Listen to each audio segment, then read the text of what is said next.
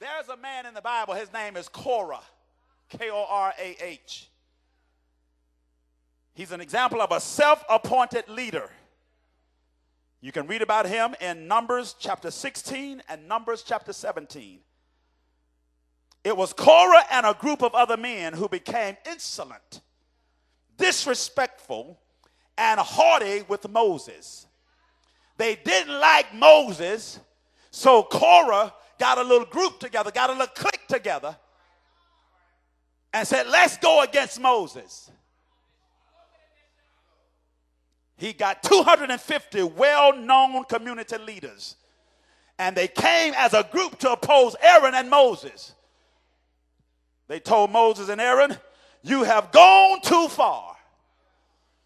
This entire community is holy, and God is in our midst, so why do you act like you're running the whole show? Listen at these people talking to the leader, talking to Moses. This is the kind of thing that's still happening in churches across the country. It's happening in the city of Athens, but somebody said it ain't going to happen up in here. Come on, tell you, say it won't happen in here. But it happens all around us. People rising up against their leaders. I hear about it far too often, where deacons rise up against the preacher, where trustees rise up against the preacher, where choir members come together and rise up against the choir directors. Y'all ain't saying nothing back to me.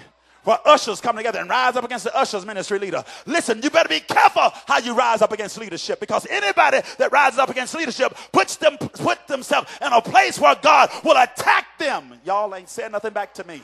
If it happened to Korah, it will happen in the body of Christ today. Somebody shout, not here. And when Korah and his friends, they ganged up and rose up against Moses and Aaron, Moses threw himself face down on the ground and worshiped God and said, God, please don't take these people out. Moses knew that Korah was in danger. Then he said to Korah and his gang, in the morning, God will make clear who is on his side. God will take his stand with the one he chooses. Harold, put it up on the screen in the Message Bible. It's going to take some time to read it, but we'll stop at 1 o'clock whether I'm finished or not. 1 o'clock. Everybody give me the 1 o'clock. We're going to start reading around verse number 6. It says, Now Korah, here's what I want you to do. This is Moses telling Korah, here's what I want you to do, you and your gang. That's what he called them, you and your gang. Tomorrow, take censers in the presence of God, put fire in them, and then put some incense in it. Then we'll see who is holy.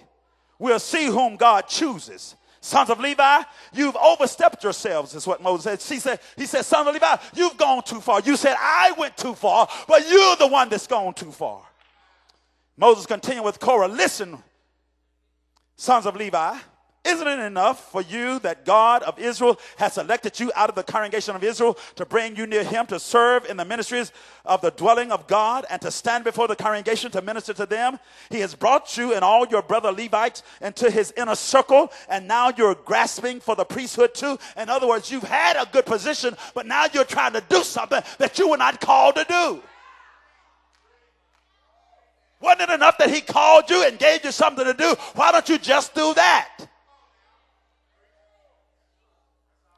He says it's God you've ganged up against. Preachers need to read this. And then we learn we don't have to fight with people. You ain't got to fight with people when you know that God has appointed you. It's God that they are fighting against, not you. When folk cursing you out, they ain't cursing you. They're cursing God if God appointed you. He says it's God you've ganged up against, not us. What do you have against Aaron that you're bad-mouthing him? Moses then ordered Dathan and Abiram, the sons of Eliab, to appear, but they said, we're not coming. Listen to this. Moses says, all right, Dathan and Abiram, y'all come here. He said, we ain't coming. You don't tell us what to do. Y'all reading y'all's Bible? We ain't coming. You don't tell us what to do. Isn't it enough that you yanked us out of the land flowing with milk and honey and to kill us in the wilderness? And now you keep trying to boss us around?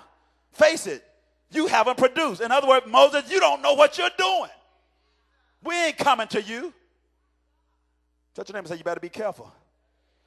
You haven't brought us into a land flowing with milk and honey. You haven't given us the promised inheritance of fields and vineyards. You have to poke our eyes out to keep us from seeing what's going on. In other words, you'd have to blind us. Ray Charles could see what you're doing, Moses. Forget it. We're not coming. Moses' temper blazed hot. White hot. That's real hot. He said to God, don't accept their grain offering. I haven't taken so much as a single donkey from them. I haven't hurt a single hair on their heads. Moses said to Korah, bring your people before God tomorrow. Says tomorrow, God's going to show us who he's appointed. Appear there with them and Aaron. Have each man bring his censer filled with incense and present it to God, all 250 censers. And you and Aaron do the same. Bring your censers. And they all did it. They brought their censers filled with fire and incense and stood at the entrance of the tent of meeting. Moses and Aaron did the same. So they're all standing there at the tent of meetings. Verse 19, it was Korah and his gang against Moses and Aaron at the entrance of the tent of meeting. The entire community could see the glory of God. Moses, Aaron, Korah's gang, and God's glory at the tent of meetings. Then God said to Moses and Aaron, separate yourself from this congregation. In other words, get back from them. Why? Because I'm getting ready to kill them all. Get back, Moses. Get back, Aaron. Because they have come against me and I'm going to take them out. Get back. The verse says, verses 20 and 21 says, God said to Moses and Aaron, separate yourself from this congregation that I can finish them off and be done with them. This is God talking.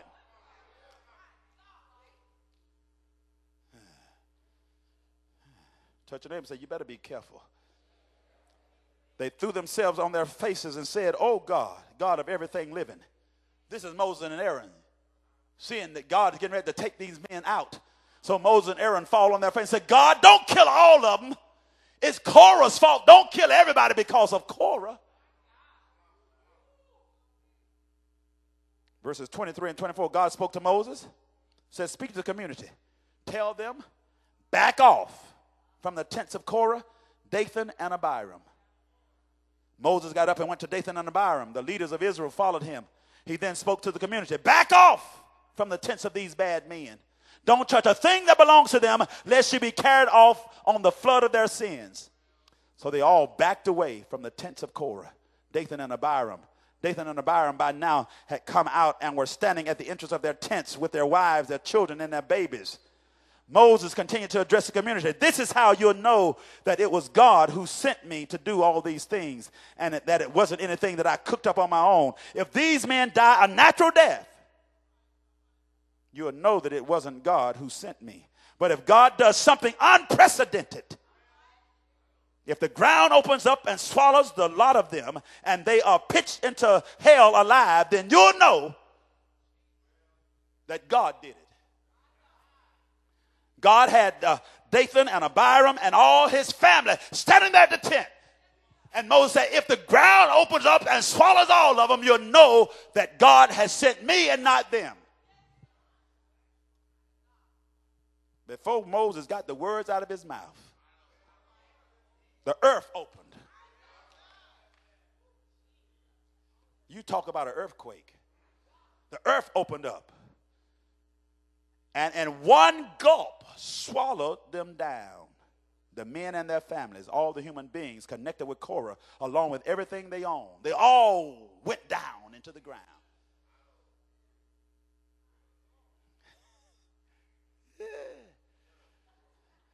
See, because Korah had appointed himself to be the leader.